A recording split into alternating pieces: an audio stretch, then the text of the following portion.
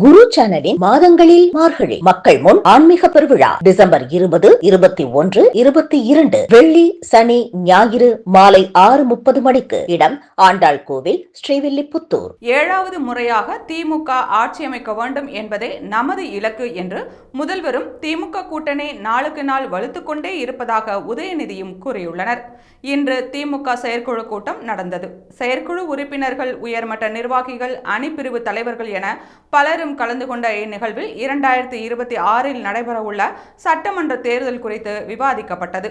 அப்போது பேசிய முதல்வரும் திமுக தலைவருமான ஸ்டாலின், அதிமுக பொதுச் செயலாளரான எடப்பாடி பழனிசாமியை கடுமையாக தாக்கி பேசினார்.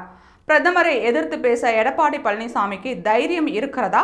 டங்ஸ்டன் சுரங்க அனுமதிக்கு எதிராக பாஜகவை ஏன் கண்டிக்கவில்லை என்ற அவர், அதிமுகவின் அடிப்படை உறுப்பினர் கூட எடப்பாடி பழனிசாமியின் பேச்சை நம்ப மாட்டார் எனவும் கூறினார்.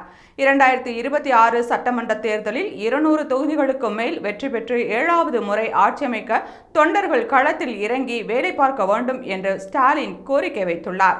இதையடுத்து பேசிய துணை முதல்வர் உதயநிதி, முதல்வர் தலைமையில் திமுக எந்த தேர்தலிலும் தோற்றதில்லை என கூறி திமுகவுக்கு மகளிர் ஆதரவு அபரிமிதமாக இருப்பதாக கூறினார்.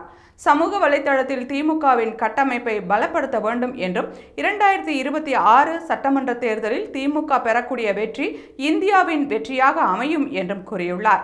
மேலும் நடந்து முடிந்த நாடாளுமன்ற தேர்தலில் பெற்ற வாக்குகளின் அடிப்படையில் தமிழகத்தில் 221 சட்டமன்ற தொகுதிகளில் திமுக முன்னிலை பெற்றிருப்பதாகவும் உதயநிதி கூறியுள்ளார்.